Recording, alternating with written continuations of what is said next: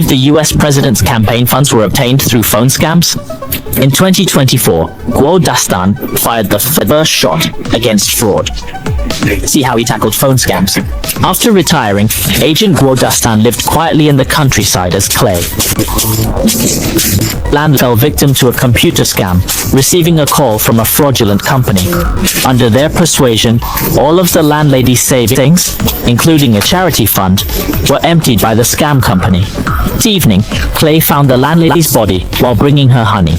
Clay was arrested as a suspect by the landlady's FBI daughter, Verona. Luckily, fingerprints on the gun proved the landlady's suicide. After clearing the misunderstanding, Clay learned from Verona why the landlady took her own life. These scammers were well disguised, exploiting legal loopholes, making it hard for the FBI to catch them. To identify them, Clay contacted his old department for help. Then he went to the scam company with 2 oil drums. Clay entered the company with a word, pouring gasoline on the computers. His actions drew the attention of security guards, but these low-level guards were easily overpowered by Clay, who moved smoothly and confidently. After dealing with security, Clay rigged the drums to explode when scam calls were made.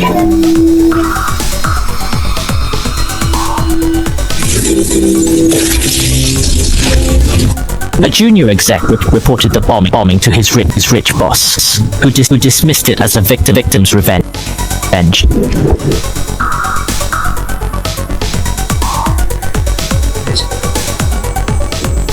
The exec tracked Clay through the landlady's info and went to kill him with his brothers. Clearly they didn't know who they were up against. The brothers were quickly dealt with. The exec was let go after Clay cut off 4 of his fingers. Small executive, deliberately released by Clay, contacted the rich heir. This was exactly what Clay wanted. FBI found the bombed company was one of many scam call centers. A hidden HQ controlled a multi-billion-dollar fraud operation. Investigation revealed Clay might be an alias. Records existed, making Verona suspect Clay as the bomber and killer.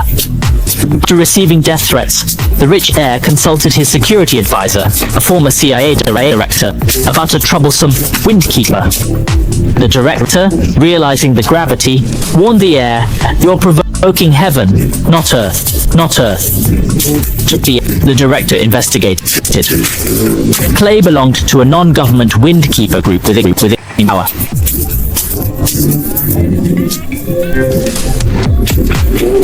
Clay, an active Windkeeper agent, decided to intervene.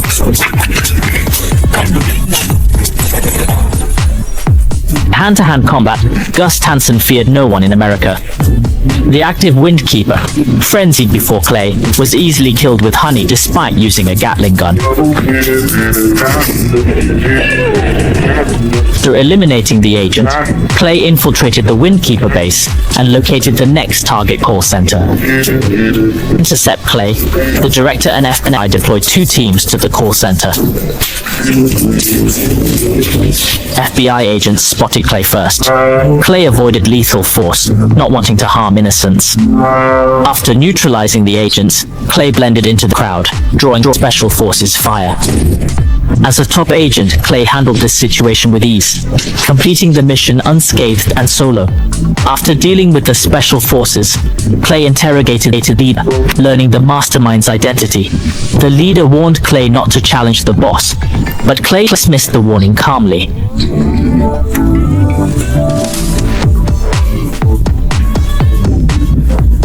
Later, Verona's team arrived, discovering the fraud company's boss was the US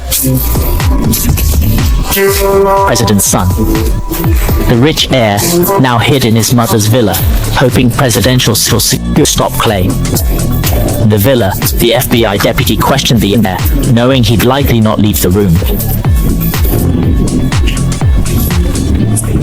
Verona worried Clay might protect the heir, but feared his actions more than others. To protect the heir and stop Clay, Verona led her team into the villa. Clay easily infiltrated the villa through sewers, manholes, and under vehicles. Inside, Clay changed into formal wear, blending in like a party guest.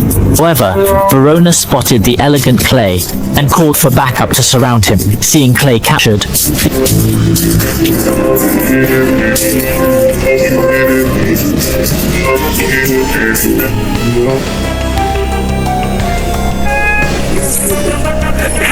after the blast, Clay fought back. He showed no mercy to the old chief's hired guns, but for other special forces, Clay was more lenient. Clay battled his way to the corridor, facing Beto with his battered face. Beto, proud to kill the Windkeeper, attacked Clay recklessly. Beto, the only one to wound Clay, died by his fist after losing a leg. The rich heir heard the commotion, realizing Clay was getting closer. Drugged up, he lost control, shot the deputy, and used his mom as a shield. Verona burst in, ordering Clay to drop his weapons. Clay glanced out the window, a plan forming in his mind. This is the justice of the law.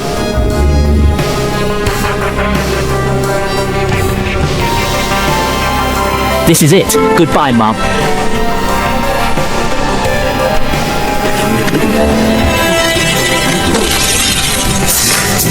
At this moment, in Verona's heart, in Clay's heart, in her heart,